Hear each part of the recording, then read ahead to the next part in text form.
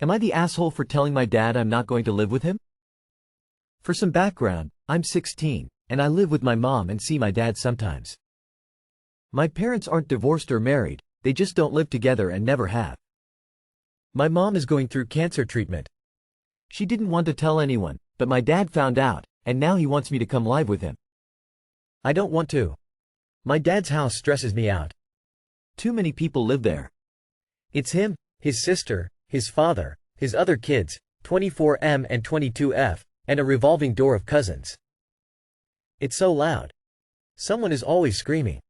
It's technically bigger than my mom's place, but there's nowhere near enough space. I have to share a room with 22F and any visiting cousins. I couldn't keep anything there even if I wanted to unless I want it destroyed or thrown away in an attempt to clean up, because there's too much stuff everywhere. My mom's house is the opposite.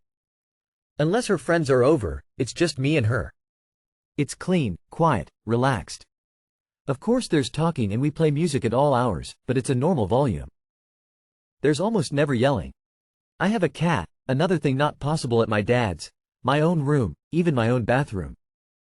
We have an entire area dedicated to books and records, something that could never happen at my dad's. I've tried to tell him politely that I want to stay with my mom. Her treatment isn't that major. She says it was caught early and everything should be back to normal before the end of the year. He didn't take it well, and is telling me I don't get a choice here. He's my father, and my mother isn't a fit parent right now. I don't agree. My mom is fine. There's not even a custody order in place or anything, and it seems too late to get one as I'm already 16. We had a huge argument. He's calling me disrespectful and says I need to obey my parents. His other kids are joining in to say I'm being a spoiled brat and that I'm part of the family and living with my mom isn't real life. Not the asshole. My mom was diagnosed with cancer earlier this year. Like your mom's case, it was caught early, she's already completed her treatment and she's fine. And, like in your mom's case, the treatments weren't debilitating and her life pretty much went on as usual. Plus, you're 16 and likely already caring for yourself to some extent. So between that and your mom's condition, there's no need for you to shift houses. Tell your dad that if the situation starts to go sideways, you'll let him know. And tell your half-siblings to mind their own business. On a side note, if your mom were actually sick from the cancer and/or treatment, did he expect you to just up and abandon her at a time when she most needed help? Not the asshole. They sound awful. You're right to make this choice. The description of your home is very different from the chaos you described at his house. His other kids are joining in to say I'm being a spoiled brat and that I'm part of the family and living with my mom isn't real life. They're idiots. Not the asshole. It makes zero sense for you to uproot your life in this scenario. Don't even entertain your dad's or his other kids' antics. Stay right where you are with a perfectly clear conscience. Had your mother weighed in on any of this? Seems to me she would appreciate your staying with her while she's going through treatment, even if it's not major. Sounds like everyone's jealous of your idyllic life and don't want you to have it. Stay with your mom. It sounds awesome there. Not the asshole. Your mother is ill and she is still a better parent than him. What's his excuse? Not the asshole. You are old enough to make your own decision on where to live. You are also old enough to help your mother while she is undergoing treatment. That could be by cooking, cleaning, or as you are old enough to get a license, driving her to medical appointments. You could even say that you are showing more filial piety by remaining with your mom to assist her instead of moving into your father's home with his other children. Am I the asshole I took wrong food container for lunch? I, 38F, just got a very strong talking to from my husband, 39M, that has gone on for way too long for taking the wrong container of dinner from the night before for lunch yesterday. He demanded to review what I wrote prior to posting. His response to reading the following is, your response is, I'm not sorry, you should have done even more than you already did to ensure I wouldn't waste carrots that were meant for you. Which will make you the asshole. This is so silly and embarrassing that I almost hope no one reads this. What happened? The night before last, my husband made chicken and dumplings for the family. We are both trying to be better with our food consumption and our intermittent fasting. Our dinner equals lunch for the next day. He wants me to be very clear that these are not leftovers. Yesterday, getting ready to leave for work and packing my lunch, I sent him a text confirming the smaller container was mine. His reply was, "No," and in response I told him, I don't need that much. The container of food he packed for me was way more than I could eat and I knew it would be wasted. His response back, "You will need it," and that he was going to eating something else for lunch. Rushing. I take the container with less because it seemingly didn't matter because he had other plans for lunch. I go to work, heat up my food and I don't finish it all. I don't particularly like cooked carrots and there were so many, so that was what was mostly left behind. I come home yesterday evening and nothing was brought up about the container switch. This is my fault. I forgot to empty my lunch bag yesterday when I came home. This morning when he sees my lunch bag, he opens it and sees my container from the day before. He is highly upset that I didn't finish it and that there were so many carrots left that he could have eaten. We get into an argument about it. We were in the same room while he was packing them and nothing was said about him packing the lunches a specific way. I always take the lesser full container. This scenario seemed no different than any other scenario.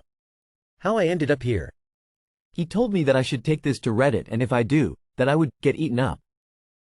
That this is insane, that I don't understand that he shouldn't have to waste his time to communicate with me because he cooked and packed the lunch. I should just take it. He shouldn't have to put more effort in than he already does. We have always struggled with communication and I just feel that it would have been simple enough for him to just say, "Hey, I packed our lunches a certain way. Yours has more but mine has more carrots in it. I also wanted less bread, dumplings." I am very appreciative that he cooked for the family and even offered to help prepare it. I don't appreciate getting talked at, like I'm a child that needs a scolding. If he talks about one more goddamn carrot, I'm serving him papers, not really. Am I really the asshole here? If I am, I have to profusely apologize to him. Ash, you both need to work on your communication with each other. He doesn't need to be making such a big deal out of this, but you need to not be so dismissive of him when he makes it clear to you that he finds something important enough to be worth clarifying to you, no matter how trivial it might seem to you. This started as a dumb argument because it looks like he really wanted to eat carrots and you deprived him of that. But the bigger deal here is that he feels like you deliberately ignored him after he spent what he considers a great deal of effort asking you to not do something really small that you could have easily just complied with because he asked you to. Both of you are being immature about this for different reasons. Your husband sounds insanely controlling, down to insisting he gets to read what you post here. Please get some solo counseling. Ash, especially hubby. For the sake of your marriage, get color-coded container lids or post-it notes. I have stacking drink glasses in red, white and blue. I use red, my wife blue. White is for not us or a special, right now, then the sink, drink, like my OJ and powdered medicine mixture. You need it to be obvious, so in a rush it doesn't go wrong. Message for husband. Take that half-eaten package of carrots, turn to face your wife and say, "These reheated root vegetables are more important than you. My desire to eat them is greater than my love for you. If you take my food again, we are divorcing." Feel stupid yet? 1. Food made the day before is leftovers. That's what the word means. 2. You two are grown adults. Stop policing what each other eats. 3. Not the asshole, he is, because what else is going on that he's so mad about this? It's one day's wasted carrots, it's not like you're performing brain surgery. The fate of the world doesn't rest on this. If he wants you to take a specific container for a specific reason, he needs to use his words like a big boy. Not the asshole. There is so much wrong here. Starting with not calling them leftovers. He could have avoided everything if he explained what he was doing. A simple "Hey, I am going to put more carrots in this specific container. They are for me." If you typically take the smaller container and he the bigger, essentially you have yours and he his. Then why the hell does he put his in yours and not offer an explanation? What he is doing is trying to condition you to follow orders without question. On top of that, why is this escalating? He should have just said, "I'm sorry, I should have told you what I was doing." Are you sure you are not both hangry and less attentive due to that intermittent fasting? 'Cause none of this should be such a drama. Am I the asshole for making my husband give our daughter the money gifted to us for her future? Me, 26F, and my husband, 32M, had a baby in July of 2023. We had announced a little before Christmas of 22 that we were expecting, and our families were ecstatic at the news. I have always wanted to be a mom, since I was a small child. My father-in-law was so ecstatic at the news that he gifted us $4,000 for Christmas to help with medical bills and for the baby. My father-in-law is a half-owner of a multi-state, multi-million-dollar business, of which my husband is slated to take over with his sister sometime next year. In our state, it is a requirement to have a social security number prior to opening a bank account, which my daughter in utero did not have. Therefore, it was agreed to enter the money in our joint account until after our daughter was born. I don't monitor this joint account because it's at my husband's bank, not mine. To pay for medical costs associated with her birth, I had used my HSA, covering the full amount by myself. I also created her a bank account through my bank, which my husband was supposed to be a trustee on, but failed to sign the paperwork in time, so my dad was designated instead. Today, while driving home from an event, I asked about the $4,000, considering our daughter is a year old, and asked for permission to withdraw the funds and enter it into our daughter's legitimate account. My husband started claiming that I already used the money for medical bills, and that I cashed it into my personal account. I told him that I did not do that and showed him my account from that time period. He said that if it was in the joint account it is gone, and that he used it towards hunting land, which I didn't give the okay to drop that money towards. He then called me ridiculous for even bringing it up, and that our baby isn't entitled to that money as it was for medical expenses and care of her, which he barely pays anything towards. I pay 75% of daycare costs, and all of grocery bills including formula, milk, and the baby is covered under my healthcare plan as his health plan is awful from his family's business. We split our mortgage 50-50, but I was the one who paid for the entire down payment. The whole situation was brought up when it did, as I am beginning to struggle to make ends meet, and have been unable to transfer money every paycheck to our daughter's account. I've been putting $150 away a paycheck, as I want to be able to help her get a car, go to college if she so chooses. I explained this, and my husband accused me of blowing through the money again and refuses to check. I told him that I wasn't asking, I was telling him that he needs to check and that he needed to figure out where the money went. Am I the asshole? So you are married to an entitled, narcissistic He doesn't pull his weight in the house financially or physically. Why are you with him? At least without him you wouldn't have extra work around a home and would get child support. Sorry, but sometimes it's better to be a single divorced parent. He doesn't deserve you. I would get a lawyer and make him either buy me out of the house or pay me for what he has put in with his 50% of mortgage payments and send him on his way. Not the asshole. Explain the whole situation to your Phil. That will get this solved. Your husband sounds like he's taking advantage of you very badly. Why are you contributing so much more financially? Whoa. It sounds like the problem goes far deeper than the $4,000. Why is your husband, the heir to a multi-million-dollar business, contributing so little to the household and his daughter? Why is your money so separated in the first place? Not the asshole at all, but your husband is gaslighting you and taking advantage of you financially. It sounds like your daughter is only your daughter. It doesn't sound like he is really contributing much compared to you, and spending your joint money on himself without asking you, etc. He is trying to make you think that you already spent that money instead of admitting that he took it. Not the asshole. Does your father-in-law know? If not, tell him. Her husband sounds a bit like a nepo baby who is a touch lazy. Not the asshole, but it's time to tell on him. Sorry, but it is. He's financially controlling and it's not going to get better because he's irresponsible as fuck. Does he even bring anything to the table? 'Cause from what I'm reading you're doing everything by yourself basically besides giving yourself the constant headaches. Am I the asshole for not checking on my friend after she dropped out of my wedding party? I was very excited to ask two of my girls who I see the most to be in my wedding party. Let's call them Lisa and Shelley. They both said yes and it was great. But 3 months in, 4 months before the wedding, Lisa said she couldn't afford it and was dropping out. I said it was alright, but I was a bit hurt. I had so far asked them to buy a dress that was around $100, $120, and had paid for drinks and food at the one meeting we've had. Lisa, and her BF, both work and make decent money, and pay low rent since I rented them a suite as I manage a building, so I was confused that they couldn't afford it. Shelley isn't working much, so I said I could help her pay for her dress if it would help. After Lisa dropped out, I asked Shelley if she was still okay doing it. Her and Lisa are very close also, so I just wanted to be sure. She said she did, and that was great.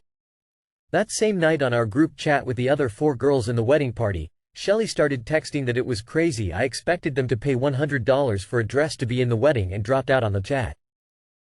I was really hurt and felt confused why 2 of my closest friends who I have always been there for wouldn't step up to be a part of my wedding when I would do anything to be in theirs if they asked. As my wedding isn't far, I needed to replace one of them soon and knew the perfect girl to do it, so I asked her the next day so she could have time to prepare, etc. She was significant other happy and said she'd be honored. I had wanted to ask her, but we already had 6 people each, so I was happy that I got a chance to after what had happened. It honestly made the hurt of my 2 besties dropping out a bit less. I didn't need to replace Lisa because her boyfriend was in the wedding party too, so they just both dropped out. After about a week of nothing from Shelley, I get a text message saying how awful it is that I didn't check on her to see how she was doing or to make sure she didn't want to do it before I replaced her. I am absolutely floored that she is angry with me about this. She has since sent me messages saying how hurt she is and that she doesn't know me anymore, and has started saying bad things about my fiancé to people they both know. I don't even know if there is a friendship to salvage after this. Am I the worst friend ever? Or is it normal that I'm thinking maybe she never was my friend? Not the asshole. $100 is super reasonable for a bridesmaid's dress. And what were you supposed to be checking on her about? Like, honestly? It's your wedding. She dropped out. You didn't have to double-check anything. Some people really do think the entire universe revolves around them. You're good. I'd be cutting off someone bad-mouthing me and my fiancé. These girls aren't your friends. Raise Lisa's rent to market rate, she was using you for housing. Shelley started texting that it was crazy I expected them to pay $100 for a dress to be in the wedding. Do these people live in the 1980s? From Shelley, I get a text message saying how awful it is that I didn't check on her to see how she was doing or to make sure she didn't want to do it before I replaced her. Why would you do either of those? Why would you wait around on getting a replacement when the date is just around the corner? What a weirdo. She's not going to the wedding, is she? Not the asshole. Not the asshole. Are you sure Lisa is your friend and not just there to get low rent from you? If she's not even willing to spend $100 on your big day, IDK if I'll call her your closest friend. Also, Shelley comes across as throwing a tantrum in an attempt to get you to offer to pay and not having to fork out anything. Not the asshole op, but choose your friends better. They are bad friends. Everybody knows you have to buy a dress to be a bridesmaid. They should never have accepted in the first place. Not the asshole, I don't understand why she would expect you to. She dropped out of the wedding after being snarky about the $100 for the dress, very reasonable by the way. They sound like awful friends, block them, not worth stressing over.